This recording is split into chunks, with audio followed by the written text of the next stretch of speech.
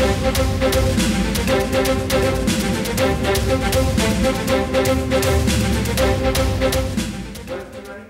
want to go back to basics. Years ago at Karuri Primary School, my favorite subject was geography, history, and civics. We called it GHC. Of course, the CBC generation have no idea what that is. One subject I remember vividly was on parliament and the three roles of a parliamentarian: representation, legislation, and oversight. Tonight, I want to remind our members of parliament of those basics I learned so many years ago. I do so because a good number of them seem to have forgotten the three primary functions, even though they are just 4 months from the end of their 5-year term in the August House. My singular reason for reminding them of their functions is the loud noises some of them are making in political rallies and on social media about the rising cost of living and fuel prices.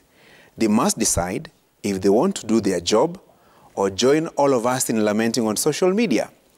The rising fuel prices, for example, are as a result of various factors. Key among them, the amount of taxes we pay for each litre of petrol, diesel, or kerosene.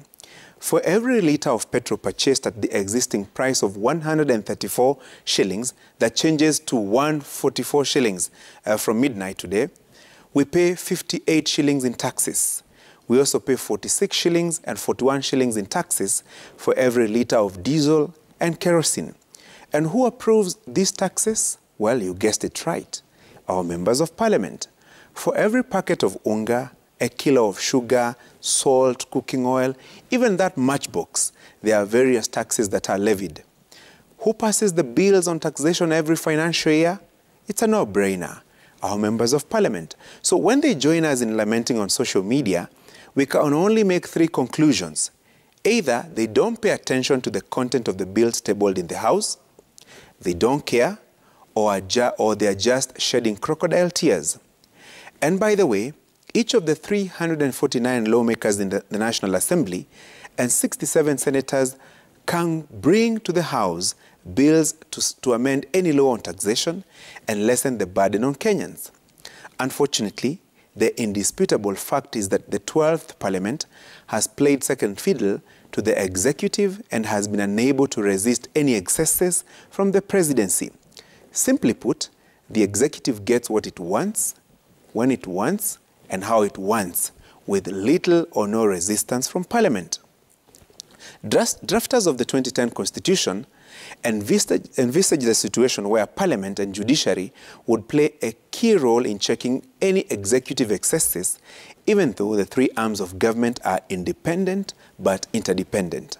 Yes, the 12th Parliament is on its sunset days, but our current MPs can use the remaining time to finish strong by putting President Uhuru Kenyatta and his government on check. Unfortunately, a majority of the MPs will not even be available for House sittings and will be busy seeking re-election. But this is where your voice as a voter counts. Ordinarily, one seeks renewal of his or her mandate, and they must account for the time and resources allocated in the previous term. If your MP did not raise his or her voice to push for a reduction of taxes or participated in passing legislations that improve your life or reduce the cost of living, why would you renew their mandate? Will that not be rewarding failure? Finally, it boils down to the choices we make at the ballot every 5 years. In August this year, you and I have an opportunity to elect leaders in whose hands we will entrust our lives, security, and welfare, as well as that of our children. If we make poor choices on 9th of August, from the presidency to the county assembly representatives, then we will live with those choices for 5 years. If out of euphoria, bribery, ethnic considerations, or any other flimsy grounds, we elect MPs who have no capacity or idea on lawmaking, representation and oversight, then we will have only ourselves to blame. And to those who say they will not turn out in August to participate in the polls, I have a word for you, actually a quote. I remind you of Keith Ellison's words, "Not voting is not a protest, it is a surrender."